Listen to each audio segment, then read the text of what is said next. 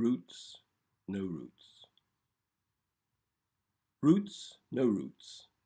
After 10, back to the memory, to the time when Prufrock seemed so far away, a millennium anthem, a peach a day, a distant prospect, a nebulous garden, overflowing with flowers, and I beg your pardons, golden showers, always a little in retreat, keeping the fire on at half power, buzzing in the background, Hancock's half hour, on the radio or the wireless, tireless, inward-looking, happy in the harness, scribbling like Ratty, ditties in the far west.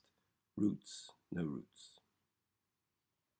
There was an old man with a heart condition, a happy joker, a carnation for the girls, the definition of a paterfamilias, brave, kind and willing, in pain but smiling in a world of summer light, far from the grey between Bury St. Edmunds and the Waveney.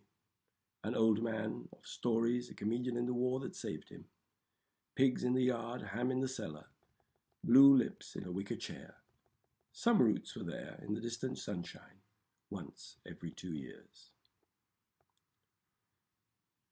Then the crushing weight of tradition, the stately home, perdition, uncles and aunts never met, heroes at sea in the sunset, opium, slavery, the right set, touch your forelock, master, pay your tithes, pay your rent, lord of the manor in a Ford prefect, squirming through the Alps and hoteling by a lake, never the Mercedes, never the cool heartache, just good manners, a medium-priced wine, a hammer salvaged from an older car, always the best by far because mine. Roots there too, South Africa. Life in a girls' school, never like the boys, only a few playing with violent toys, better sitting in a tree with a Jane or a Felicity, until the Parazone and incense came, with rosaries a-rustling and a sea of Latin names, Brussels sprouts and hard beef, sisters dropping to their knees, one run over by a train, an old one, never to get up again. All lost in the fog of time, the Felicities and Janes, married, transformed, recycled into ancient dames, grandmothers sitting on a branch, counting beads, not forgotten, still the same as 60 years ago, roots in a convent, too ambiguous to call home.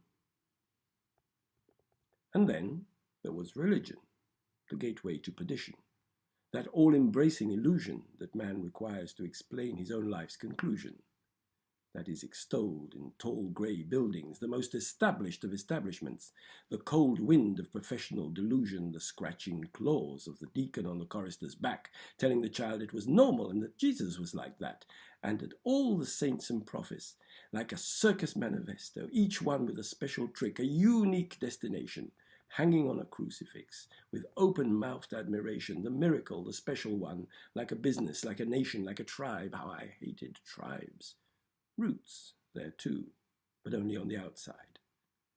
A long journey away from roots, a deliberate divorce from the warmth of humanity with all its faults and problems, a small eye looking from a tall tower at crowds jostling in the streets below, a cruel comment on the disaffection, a cynical view perhaps at the direction, the predictability, the knowing smiles, the hateful little twitches, the old wives who always know best, the husbands and lovers passing some kind of test, conforming, adorning, or simply yawning over fish and chips, and football and motorbikes, the strappers, the strippers, the late nights, the total removal from the usual sights, the sadness, the joy and the appetites, a life in a capsule, looking at itself with only one connection, plugged in and waiting for the rest to catch up, come in, admire and regenerate itself into perfection. Roots in no city, roots in no land, roots in no family. Look, roots, no hands. Floating above the clouds, above the ways of men, ascending into innocence, for a fee or now and then a letter of condolence written with an old pen leaking ink at the corners, like Her Majesty in a toupee, like the old dukes sowing grace and gullibility, silence and civility, the regimental blazer, the bullshit and the balls, the sacrifice for nothing, left to gather in your arms the knowledge that salvation is just a step away, the idiot, the imbecile, the online hogmanay, the fireworks and the friction between cavalier and gay, the superiority of races. Oh, how lucky to be white, to have a sacred destiny, and sleep in innocence tonight.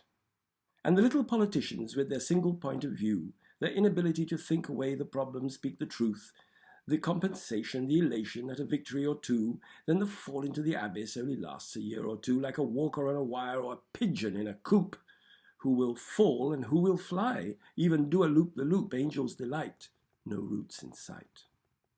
Then there's love. That is the question. A heavenly theme, or just indigestion? Roots or no roots, unselfish or selfish, a moment of giving or a life of possession. A storm of starlings, flying in droves, feeding their chicks in abandoned groves, building a smokescreen to make themselves heard, an effort too endless to just be absurd. Paper on a balcony, rats in a tray, love in the cemetery, words on a page. The love that is nameless, the love that burns, the love that consoles, the love that yearns. Jealous, impatient, self-sacrificial, a heart on a tree, surrounding initials. I have no roots there, not even in dreams, nothing to cling to, like film over cheese. And in the room, the women come and go, talking of implants and torremolinos. A tree has 3 roots, and when 2 of them wither, the third binds the trunk to the earth until winter, when the snow and the wind and the grey and the cold crack the bark, burst the branches, and lay the tree low.